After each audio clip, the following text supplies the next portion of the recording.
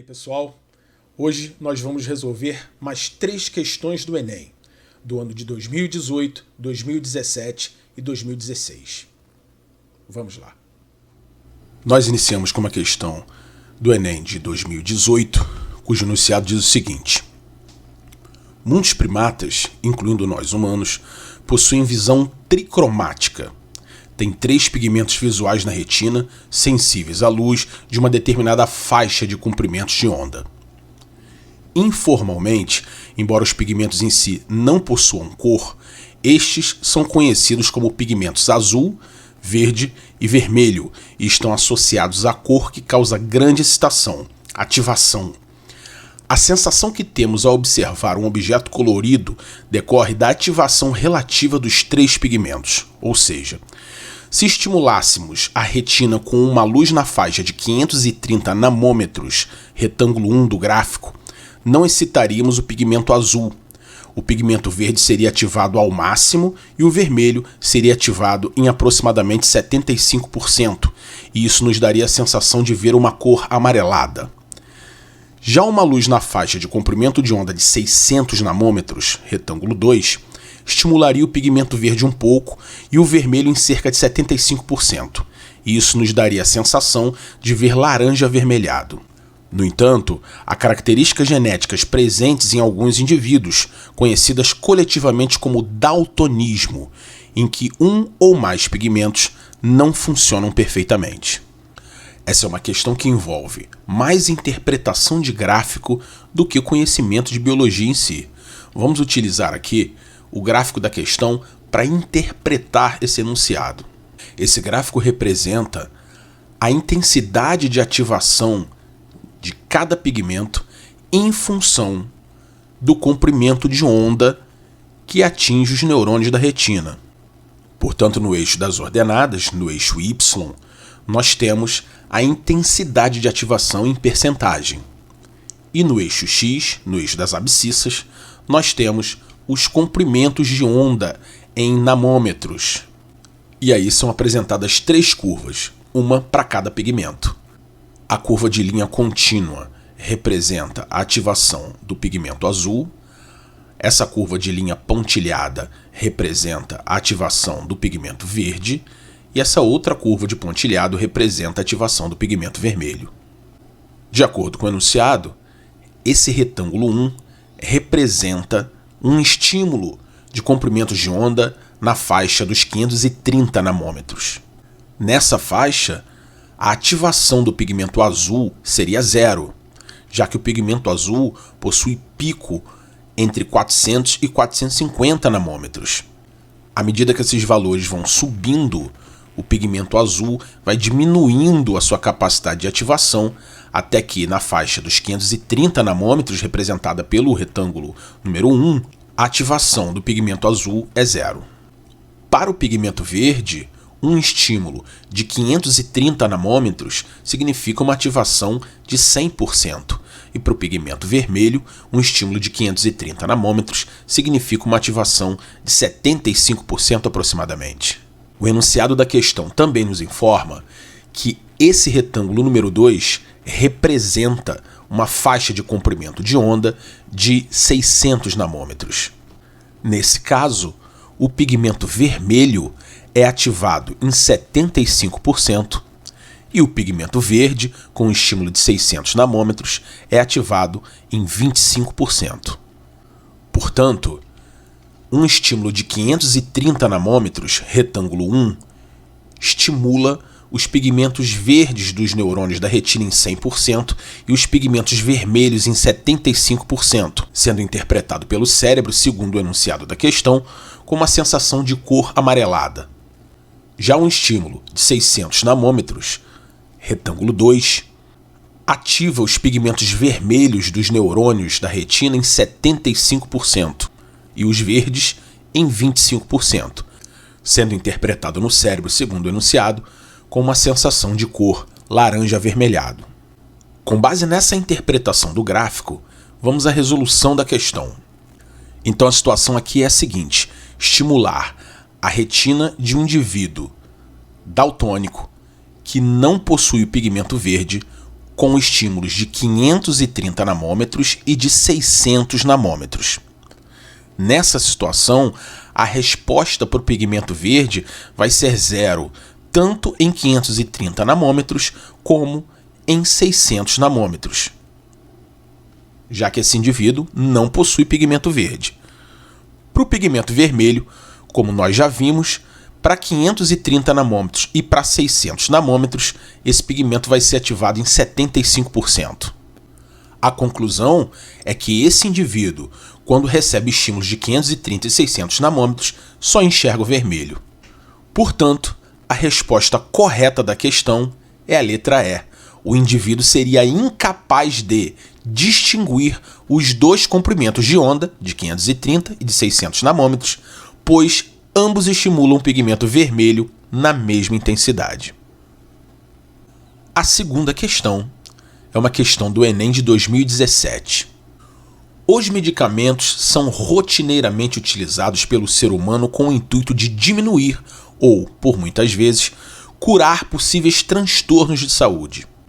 Os antibióticos são grupos de fármacos inseridos no tratamento de doenças causadas por bactérias. Na terapêutica das doenças mencionadas, alguns desses fármacos atuam. Esse é o tipo de questão que dá a possibilidade da gente estudar alguns conceitos analisando cada alternativa proposta. A alternativa A fala em ativar o sistema imunológico do hospedeiro. Hospedeiro, por definição, é o ser que vai abrigar o parasita, no caso da questão, bactérias. Um exemplo dessa estratégia proposta na alternativa A é a vacinação.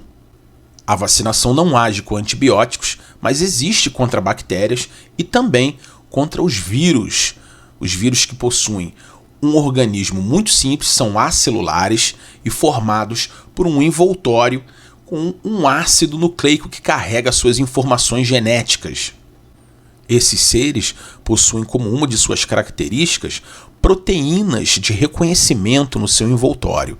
E algumas dessas proteínas que vão definir a célula hospedeira, ou seja, a célula que o vírus vai parasitar. A vacinação consiste numa estratégia de estimular o organismo a produzir uma defesa contra esse agente causador de doença. Isso pode acontecer, por exemplo, com a exposição do organismo a uma proteína do vírus, fazendo com que o sistema imunológico seja ativado e crie uma memória imunológica contra aquele determinado agente causador de doença. Depois que essa memória imunológica é formada, se o organismo entra em contato com o agente causador, no caso aqui, com o vírus, são produzidos anticorpos contra aquele vírus. Esses anticorpos têm uma ligação específica com proteínas do envoltório do vírus. E a ligação desses anticorpos com essas proteínas impede que o vírus reconheça as células hospedeiras e entre nessas células. Esses vírus então são inutilizados e posteriormente destruídos pelo sistema imunológico do organismo. A alternativa B traz uma estratégia de interferir na cascata bioquímica de uma inflamação. Inflamações podem ser causadas por muitos fatores, inclusive por bactérias. O processo inflamatório é gerado por uma série de reações que culminam com a produção de substâncias que causam um isolamento de uma determinada área do organismo. Isso faz com que um possível agente agressor fique isolado numa determinada área e não se espalhe pelo organismo, e possa ser assim destruído pelo sistema imunológico. E por isso esse processo inflamatório se caracteriza por inchaço, calor e vermelhidão naquela região. Mas essa resposta pode tomar proporções muito grandes e acabar comprometendo o funcionamento de determinados órgãos e estruturas. E é por isso que nós utilizamos os chamados anti-inflamatórios, que inibem determinadas substâncias que participam desse processo, dessa cascata bioquímica de reações que culminam com o processo inflamatório. A alternativa C traz a ideia de remover toxinas sintetizadas por bactérias. Esse tipo de medida, apesar de não ser o caso dos antibióticos, também acontece com certas bactérias para prevenir os males causados por certas bactérias no organismo. Nesse caso, determinados fármacos, remédios, Esse tipo de fármaco ataca não as bactérias, mas as toxinas produzidas por elas. Essas substâncias anulam os efeitos maléficos dessas toxinas e previnem danos no organismo que possam ser causados por elas. Mas a gente aproveita aqui para lembrar que bactérias e outros seres vivos podem produzir toxinas que causam problemas ambientais em ambientes aquáticos, que são gerados por um processo chamado eutrofização. A eutrofização se caracteriza por um acúmulo muito grande de matéria orgânica, que pode ser causado, por exemplo, pela eversão de esgotos maltratados em ambientes aquáticos. Isso causa um aumento nas populações de determinados organismos que se alimentam dessa matéria orgânica. E isso implica tanto na diminuição do oxigênio disponível no ambiente, causando a morte de vários elos da cadeia alimentar, quanto na produção de toxinas liberadas no meio por determinados organismos, como, por exemplo, determinadas bactérias. A alternativa D traz a ideia de combater as células hospedeiras das bactérias.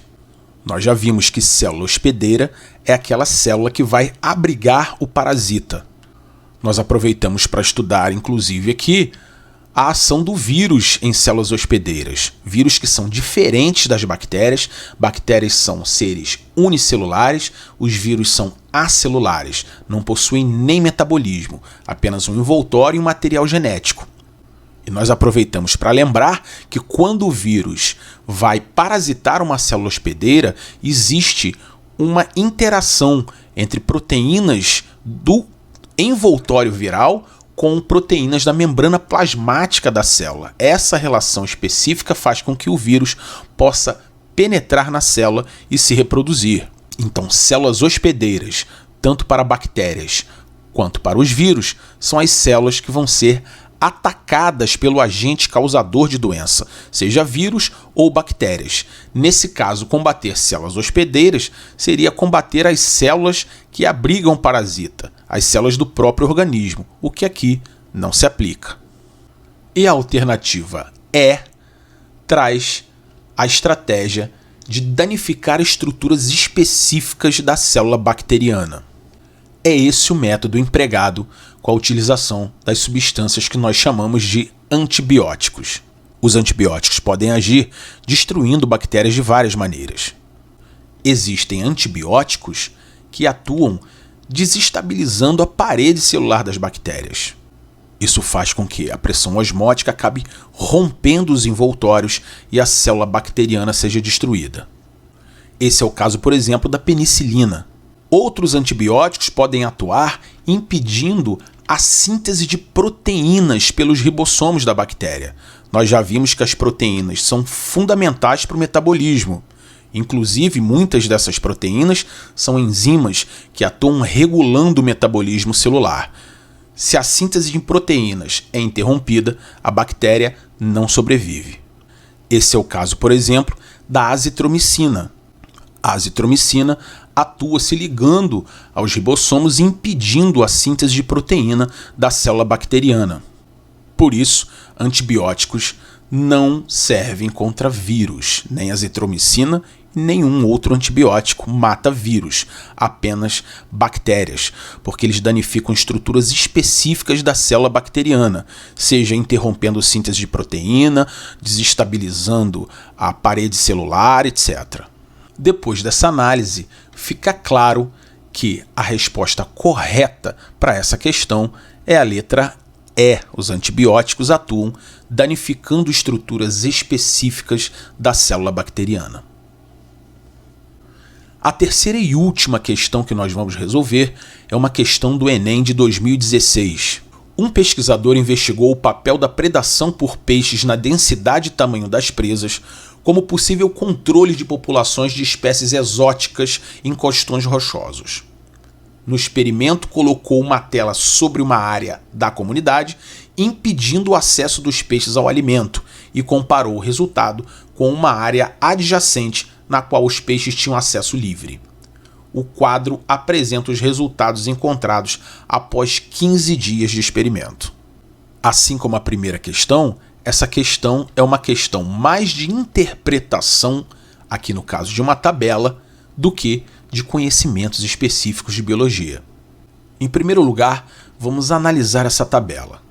Aqui nas linhas, nós temos as espécies exóticas que deveriam ser controladas pelos peixes predadores. E nas colunas, nós temos duas áreas. A área com tela, que os peixes predadores não tinham acesso, e a área sem tela, que os peixes predadores tinham total acesso. A ideia do experimento, então, foi comparar o efeito dos peixes predadores sobre essas 4 espécies. Só existe predação em áreas sem tela. Nas áreas com tela, as 4 espécies crescem livremente sem a predação dos peixes. Vamos analisar cada alternativa de acordo com a interpretação que nós extraímos da tabela. A alternativa A diz que os peixes controlam a densidade das algas, estimulando seu crescimento. Para analisar o que ocorreu com as algas, nós utilizamos esta linha e observamos que a densidade das algas em áreas com tela era de 100 indivíduos por metro quadrado e em áreas sem tela, com a ação dos peixes predadores, passou a ser de 110 indivíduos por metro quadrado. Então a densidade aumentou e não foi controlada pela predação dos peixes. Para a alternativa B, os peixes controlaram a densidade das cracas, predando especialmente animais pequenos. Aqui no caso das cracas, nós observamos que a densidade era de 300 indivíduos por metro quadrado em áreas com tela, sem acesso dos peixes, e passou a ser de 150 indivíduos por metro quadrado em áreas sem tela, devido à predação dos peixes. A densidade foi controlada. No entanto, a alternativa diz que os peixes predaram especialmente animais pequenos. E nós podemos observar que em áreas com tela, os animais medem 2 centímetros em média. E em áreas sem tela, os animais medem 1,5 centímetros. Ou seja, os animais predados são maiores, já que em áreas sem tela sobram animais menores. E isso torna a alternativa B errada.